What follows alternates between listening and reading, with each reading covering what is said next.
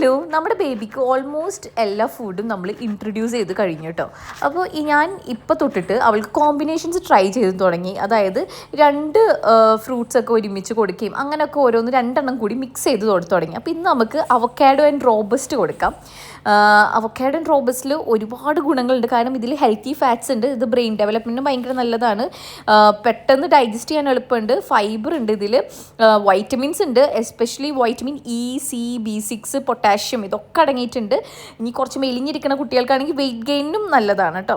പക്ഷേ ഇതിൻ്റെ ഗുണങ്ങൾ കാരണമാണ് ഞാനിപ്പോൾ പീക്കൂസിന് കൊടുക്കുന്നത്. അപ്പോൾ ഫസ്റ്റ് ഫുഡ് കൊടുക്കണേക്കാളും മുമ്പ് ഞാൻ കുറച്ച് ടോയ്സൊക്കെ ആക്കി അവളൊന്ന് ഹാപ്പി ആക്കും. കാരണം ആദ്യം ഫുഡ് കഴിക്കുന്ന ഇൻട്രസ്റ്റ് ഉണ്ടായിരിക്കില്ല. പിന്നീട് ഇവർക്ക് കുറച്ച് കഴിയുമ്പോൾ ഫുഡിനോട്.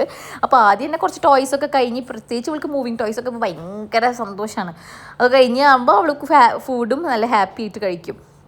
അങ്ങനെ അതേ അവൾ കഴിക്കുവാണ് കേട്ടോ. അപ്പോൾ ഇത് രണ്ടിൻ്റെയും നമ്മൾ ഇത് എന്താ പറയുക, കുക്ക് ചെയ്യുന്നൊന്നുമില്ല. അവക്കാഡോയും റോബസ്റ്റും റോ ആയിട്ടാണ് നമ്മൾ കൊടുക്കുന്നത്. അപ്പോൾ ഈ ശ്രദ്ധിക്കേണ്ടതെന്ന് വെച്ച് കഴിഞ്ഞാൽ ഇതിൽ ചങ്ക്സ് ഒന്നും പെടാൻ പാടില്ല. നല്ല സ്മൂത്ത് പേസ്റ്റ് ആയിരിക്കണേ കുഞ്ഞിന് കൊടുക്കുമ്പോൾ. അങ്ങനെ ദേ നമ്മൾ കൊടുത്ത് അവളുടെ ഫുഡൊക്കെ കഴിച്ച് കഴിഞ്ഞ് അവൾ ദേ ഇവിടെ നിന്ന് എഴുന്നേറ്റ് ഇനിയിപ്പോൾ അവൾ ഒറ്റയ്ക്ക് ഇരിക്കാനൊക്കെ തുടങ്ങിയിട്ടുണ്ട്. ഒറ്റയ്ക്ക് ഇരുന്ന് കളിക്കും കുറേ നേരം. പിന്നെ ഒറ്റയ്ക്ക് കമിഴ്ന്ന് ചാടി മറിഞ്ഞ് ഇതൊക്കെയാണ് ഇപ്പോഴത്തെ കളി. ഇപ്പോൾ അവൾക്ക് അടങ്ങിയിരിക്കൽ വളരെ അപൂർവമാണ്. കുത്തിമറിയലാണ് ഇപ്പോഴത്തെ മെയിൻ ഹോബി. അങ്ങനെ ദേ ഞങ്ങൾ വീണ്ടും കുറേ നേരമൊക്കെ കളിച്ചിരിക്കുകയാണ്. അപ്പോൾ ശ്രദ്ധിക്കേണ്ടത് വെച്ച് കഴിഞ്ഞാൽ ബനാനയുടെ അളവ് കൂടരുത് കേട്ടോ. കോൺസ്റ്റിപ്പേഷൻ വരാൻ ചാൻസ് ഉണ്ട്.